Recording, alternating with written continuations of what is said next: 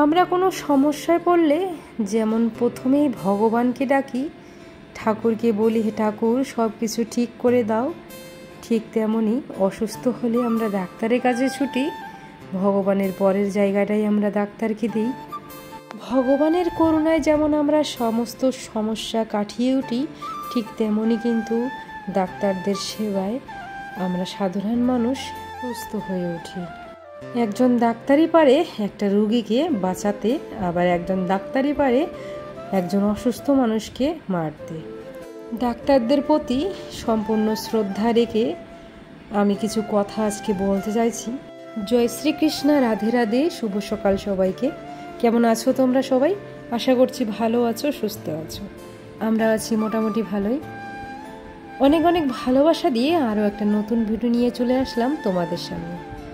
শুরু থেকে শেষ পর্যন্ত দেখো আর আমার কথাগুলো একটু শোনো, আর যাদের কানে এই কথাগুলো দেওয়া দরকার তাদেরকে একটুখানি শেয়ার করে দিও, যদি একজনের একটুখানি উপকার হয়। আজকে আমি কিছু কথা বলতে বাধ্যই হচ্ছি, ডাক্তারদের প্রতি সম্পূর্ণ শ্রদ্ধা রেখেই বলছি। তোমরা ভগবান, তোমাদের ভগবানের জায়গা দিয়েছি আমরা, তাই বলে মানুষের জীবন নিয়েও কিন্তু ছেলে খেলা করার কোনো অধিকার নেই তোমাদের। তোমরা অনেকেই জানো, এতদিনে কয়েকবার আমি ভিডিও করেছিলাম নিতুর কাহিনী, যে চ্যানেলটা রয়েছে নিতু দিদি ভাই, তার স্বামী তোমরা অনেকেই জানো যে তার কোলন ক্যান্সার হয়েছে। সে ক্যান্সারের সঙ্গে এখনও পর্যন্ত লড়াই করছে। করুণ পরিস্থিতি, চোখে দেখা যাচ্ছে না। যারা যারা নতুন তাদের জন্য আবার একটু বলে দিচ্ছি, জামাইবাবুর কিন্তু কোলন ক্যান্সার রয়েছে, সাথে অনেক সমস্যা। কয়েকদিন আগে একটা অপারেশন হয়েছিল, সেই অপারেশনটা নাকি ভুল করেছিল। এই ভুলের কারণে অনেক সমস্যা হয়ে গেছে। সেই কোলন ব্যাগের মধ্যে একদম কোলনটা বাইরে বেরিয়ে চলে এসেছে। ভুল একটা অপারেশনের জন্য একটা মানুষের এমনি অসুস্থ, তার মধ্যে আরও বেশি ভোগান্তি হয়ে গেছে। এই অবস্থায় বাড়িতে কি করে রাখবে দিদি ভাই বুঝতে না পেরে যে হসপিটালে এই অপারেশনটা হয়েছিল সেখানে নিয়ে আবার ভর্তি করে। তো আমরা তো প্রত্যেকেই জানি আমাদের দেশে এখন কি চলছে, চারপাশে শুধু আন্দোলন, স্ট্রাইক। জনসাধারণের সাথে সাথে ডাক্তাররাও কিন্তু আন্দোলনে নেমে পড়েছে। আর এই জন্যে কোনো হসপিটালে কোনো চিকিৎসা হচ্ছে না। দিদিভাইয়ের সাথে আমি একটু আগেও কথা বললাম, এতটাই খারাপ লাগছে। দিদিভাই বলছে, বোন আমি কি করব একদম বুঝতে পারছি না, খুবই অসহায় লাগছে। হসপিটালের ভিতরে নাকি একটা ডাক্তারও নেই, শুধু নার্স কয়েকটা রয়েছে। ডাক্তারগুলো নাকি হসপিটালের বাইরে আন্দোলন করছে একটা জায়গায়, আর যে নার্সগুলো রয়েছে পশুর মতো ব্যবহার করছে। জামাইবাবুর কাছে কাউকে যেতে দিচ্ছে না। এইরকম একটা এমার্জেন্সি পেশেন্ট কখন কি হয় কেউ বলতে পারে না। সিস্টাররা তো কিছু করছেই না, না ড্রেসিং, না খাওয়া, না কোনো কিছুই। আর সেই মানুষটাকে, সেই অসুস্থ লোকটাকে সারা রাত একা থাকতে হয়েছে। কথাগুলো শুনে খুবই খারাপ লাগছে, আসলে মনটা এতটাই খারাপ লাগছে। দিদিভাই বলছে, বোন একটার পর একটা লাশ বেরোচ্ছে, জানি না কি হবে। দিদিভাই তো খুবই ভেঙে পড়েছে। তো আমরা এত দূর থেকে কী বার করতে পারি বলো? তোমরা সবাই একটু দিদিভাইকে গিয়ে সাহস দাও, দিদিভাইয়ের ভিডিওগুলো দেখলে বুঝতে পারবে। ডাক্তারবাবুদের কাছে আমি একটাই হাত জোর করে অনুরোধ করছি, তোমরা অন্ততপক্ষে এমার্জেন্সি পেশেন্টগুলোকে একটু পরিষেবা দাও। একজনের বিচার চাইতে গিয়ে হাজার হাজার মানুষ অসুস্থ হয়ে মৃত্যুর মুখে ঢলে পড়ছে, তাদেরকে অন্ততপক্ষে তোমরা একটু বাঁচাও। এটা বলছি না যে বিচার চাই না, বিচার চাই, আমরাও চাই, সব সময় চাই এই বিচারটা হোক, আর দৃষ্টান্তমূলক একটা বিচার হোক, না হলে নরপিশাচরা খুবই সাহস পেয়ে যাবে। আমি কিন্তু একবারও বলছি না যে আন্দোলন করো না, আন্দোলন করো, অবশ্যই আন্দোলনটা করো, জারি রাখো, কিন্তু কিছু সংখ্যক আন্দোলনে নামো, কিছু সংখ্যক হসপিটালে পরিষেবা দাও, এইটুকু অন্ততপক্ষে করো। একটাই অনুরোধ করব, কাজের জায়গাটাও অন্ততপক্ষে এইরকম করে অবহেলা করো না কেউ। আমার ভিডিওটা যদি আশেপাশে কেউ দেখে থাকো, কলকাতার আশেপাশে চিত্তরঞ্জন যে হসপিটাল আছে সেখান থেকে আমার দিদিভাইকে একটু তোমরা গিয়ে সাহায্য করো। কাছের মানুষগুলোর এত অসুবিধা, এত কষ্ট আর ভালো লাগে না। আমরা তো অনেক দূরে থাকি, আমরা শুধু প্রার্থনাটুকুই করতে পারবো, কাছে গিয়ে তো কিছু করতে পারবো না। তো যাই হোক, তোমরা যারা যারা নতুন এসেছো, নতুন ভিডিও দেখছো আমার নিতুর কাহিনী চ্যানেলে, আমি দিদিভাইকে বলবো একটা ভিডিওতে কমেন্ট করতে, সে কমেন্ট আমি পিন করে দেব।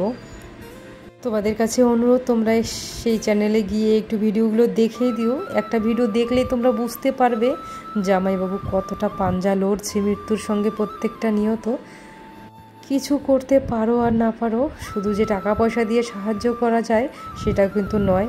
ভিডিওটা দেখে সুন্দর একটা কমেন্ট করে একটু সাহস দিয়ে এসো দিদিভাইকে, এইটুকুই তোমাদের কাছে শুধু আমি অনুরোধ করব। তো যাই হোক, কথা বলতে বলতে অনেক কিছু কাজ বাজ রান্নাবাড়ার দিকে হয়ে যাচ্ছে। আমার দুই সোনাকে সামলানো, তারপর সংসারের কাজ, এত কাজ করে ভিডিও করা প্রতিদিন খুবই একটু কষ্ট হয়ে যাচ্ছে। তো কষ্ট হলেও তবুও চ্যানেলটাকে বাঁচিয়ে রাখার জন্য করতেই হচ্ছে, নাহলে উপায় নেই। চ্যানেল খুবই রিচ ডাউন হয়ে গিয়েছে আমার নিজের কারণে। তো দেখো একে একে এদিকে রান্নাগুলো কিন্তু করে নিচ্ছি। আজকে কিন্তু কোনো মাছ বা মাংস নেই, অনেক দিন পর একটু তৃপ্তি করে ডাল ভাত খাবো। তো এদিকে ভাজা করে নিয়েছি, উচ্ছে ভাজা, শাক ভাজা, আলুটা ভাজা করব আর করব ডাল। এই আছে আজকে সিম্পল রান্না বাড়া। সকাল থেকে তো দেখতেই পেলে কি কি করলাম। সকাল সকাল স্নান করে পুজো পার্বণ সব কিছু কিন্তু হয়ে গিয়েছে। আমি পুজোর জোগাড় করে দিয়েছি, ফুল বেলপাতা সব কিছু। আমার মা পুজো দিয়ে দিয়েছে।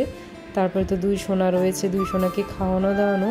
মানিক দাস আইডি থেকে রেশমি বোন, আগের ভিডিওতে আমি তোমাকে বলেছিলাম তুমি বলবে দাদা ভাই দেখছো না দিদি ভাই দেখছো, তো তুমি বলেছিলে দিদি ভাই আমি বোন হব, আমার নাম রেশমি, তুমি ময়নাগুড়ির থেকে দেখছো। আর বলেছো আমার ভিডিও নাকি একদিন না দেখলে ভালো লাগে না, সোনা মা নয়ন সোনাকে কোলে নিতে ইচ্ছে করে। তো তোমার বাড়ি ময়নাগুড়ি বলেছো, আমার বাবার বাড়ি কিন্তু ধূপগুড়ি। ময়নাগুড়ি আর ধূপগুড়ি বেশি কিন্তু দূর না, কখনো যদি ময়নাগুড়ি যাই তাহলে অবশ্যই কিন্তু দেখা হবে। আর এত সুন্দর একটা কমেন্ট করার জন্য অন্তর থেকে তোমাকেও রয়েছে অনেক অনেক ভালোবাসা। আর তুমি বলেছিলে সোনামার মতো তোমারও সোনা বাবা আছে, তো সোনা বাবাকে আমার অন্তর থেকে অনেক অনেক ভালোবাসা দিও। আর দেখো আমি রান্নার ফাঁকে চলে আসলাম আমার দুই সোনাকে একটু দেখতে। আর দেখো আমার আদর পেয়ে আমার সোনামা কিন্তু খুবই খুশি। তোমরা হয়তো নিজের চোখে দেখতেই পাচ্ছ, বুঝতেই পারছো আমার সোনামা কিন্তু খুব খুশি হয়েছে। আমার সোনামার মুখের হাসিটা তোমরা কিন্তু প্রত্যেকেই খুব ভালোবাসো।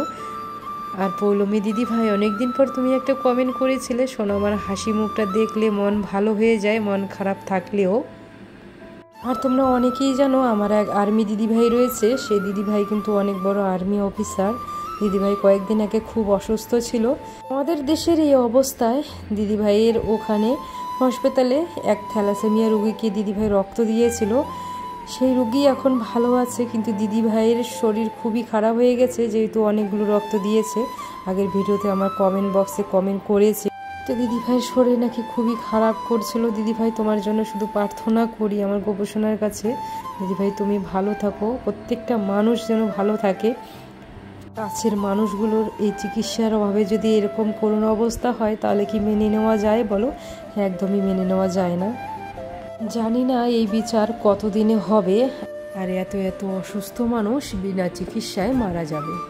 তো যাই হোক, রান্নাবাড়া কমপ্লিট করে এদিকে আমি সকালের খাওয়া খাচ্ছি দুপুরবেলা 12টার দিকে। সকালে একটু চা আর টোস্ট খাওয়া হয়েছে, তার জন্য আর খিদে লাগেনি। একটার পর একটা তো কাজকর্ম চলছেই। আর তোমাদের দেখিয়েছিলাম যে আমাদের বাড়িতে যে তারগুলো রয়েছে কাপড় মেলার, সেগুলিতে প্রত্যেকটা তারের মধ্যে প্রচুর পিঁপড়ে।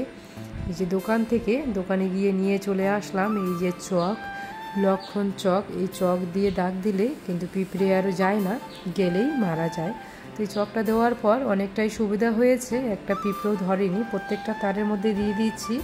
তো আজ কিন্তু আকাশের অবস্থা খুবই খারাপ, একদমই রোদ নেই, তবু ওই আশা করে দিতেই হবে, কারণ হালকা পাতলাগুলো তো একটু শুকোবে। প্রত্যেকটা কাপড় না শুকালেও পাতলাগুলো তো শুকাতেই হবে, না হলে উপায় নেই। দুটো বাচ্চাকে কি করে সামলাবো। আর দেখো এখানে পদ্মের গাছগুলোকে তোমাদের দেখিয়ে দিচ্ছি একটু, কত বড় হয়ে গেল দেখতে দেখতে। জাহানার দিদি ভাই তুমি দেখে খুব ভালো পেয়েছো। উমাহানি দিদি ভাই আগের ভিডিওতে তুমি কমেন্ট করেছিলে যে সোনামার জন্য যে আমি অর্ডার করে হাগেসের মতো প্যান্টগুলো নিয়েছিলাম, সেগুলো কি ধুয়ে শুকিয়ে কাপড়ের মতো ইউজ করা যায়? তো হ্যাঁ দিদি ভাই, যেরকম আমরা কাপড় ধুয়ে আবার ইউজ করি সেই রকমই কিন্তু করা যায়। ধুয়ে রোদে শুকিয়ে কিন্তু আবার ইউজ করা যাবে, প্যান্টের মতো পরানো যাবে। যে ন্যাপিগুলো আছে সেগুলোও কিন্তু ধুয়ে শুকাতে হবে, তারপরে ব্যবহার করতে হবে। তো তো তুমি চাইলে তুমি কিন্তু অর্ডার করতে পারো। ফ্লিপকার্টে baby cloth diaper washable and rashable search করলেই কিন্তু চলে আসবে, চাইলে কিন্তু তোমরা অর্ডার করতে পারো, খুবই ভালো। আজকে হলো শিক্ষক দিবস, দেখতেই পাচ্ছ শিক্ষক দিবসের জন্য বাচ্চারা শাড়ি পরে স্কুলে গিয়েছিল, সেখানে অনুষ্ঠান হয়েছিল। আগের দিন তো তালের বড়া করা হয়েছিল, তো অনেকগুলো আছে তালের বড়া, খাওয়া হয়নি, কেউ খাচ্ছে না, তার জন্য ওদেরকে ডেকে সবাইকে দিয়ে দিলাম। আর বাচ্চারা তো এসব খুবই ভালোবাসে, তার জন্য ফেলে দেওয়ার থেকে সবাইকে দিয়ে দেওয়াই ভালো, তাই না? বা ভৌমিক আইডি থেকে এক দিদি ভাই কমেন্ট করেছিল, তারও কিন্তু সোনা বাবা রয়েছে আমার সোনামার মতোই। সোনা বাবাকে আমার অনেক অনেক ভালোবাসা দিও। মাহিরা ইতিশা আইডি থেকে, ইন্দ্রপম্পা লাইফস্টাইল আইডি থেকে, অপর্ণা সরকার আইডি থেকে কমেন্ট করেছিল। তো ওদের সবাইকে আর যাদের যাদের নাম নিতে পারলাম না সবাইকে অন্তর থেকে অনেক অনেক ভালোবাসা জানাই। দেখো আমার সোনামাকে একটু আদর করছি, আজকাল সোনামাকে একটু আদর করলেই সোনামা কিন্তু খুব বুঝছে, সোনামা খুবই খুশি হয়ে গেছে। সারাদিনে এত কষ্ট এত ক্লান্তির পরও এই সোনামার এই হাসি মুখটা দেখে আর নয়ন সোনার হাসি মুখটা দেখে অনেকটা শান্তি লাগে। সব কষ্ট সব ক্লান্তি যেন এক নিমিষেই দূর হয়ে যায়। দুপুরবেলা তো ওই যে ভাজাভুজি রান্না করা হয়েছিল, শুধুমাত্র ডাল রয়েছে রাত্রে খাওয়ার জন্য। এখন অনেক রাত, প্রায় 10টা বাজে। তো সোনামার বাবু চলে এসেছে দোকান থেকে। আমি বললাম কি খাবে তুমি? বললো তাহলে সয়াবিন রান্না করো, বাটাবাটি করতে হবে না, সব কেটে দাও। তো এইভাবেই রান্না করছি দেখো। আর এখনকার আলুগুলো খুবই মিষ্টি করে, বড় বড় টুকরো করে দিলে একদমই খেতে চায় না, তাই একদম কুচি কুচি করে দিয়েছি, টেরও পাবে না। তো যাই হোক, আজকের ভিডিওটা কিন্তু শেষ পর্যায়ে, আজকের ভিডিওটা এখানেই শেষ করব। দেখা হবে পরের কোনো ভিডিওতে। ভিডিও শেষে আরও একবার করজোরে অনুরোধ করছি ডাক্তারবাবুদের কাছে, একজনের বিচার চাইতে গিয়ে হাজার হাজার মানুষের সাথে অবিচার করো না। মানবিকতার খাতিরে অন্ততপক্ষে এই সাধারণ মানুষগুলোর, অসহায় মানুষগুলোর পাশে দাঁড়াও। আন্দোলনের সাথে সাথে পরিষেবাটুকু দাও, যাতে আর একটা প্রাণ ওইভাবে চিকিৎসার অভাবে না যায়। তো যাই হোক, আজকের ভিডিওটা এখানেই শেষ করব। দেখা হবে পরের কোনো ভিডিওতে। ততক্ষণে তোমরা সবাই ভালো থেকো, সুস্থ থেকো, সাবধানে থেকো। হরে কৃষ্ণ, হরি বল।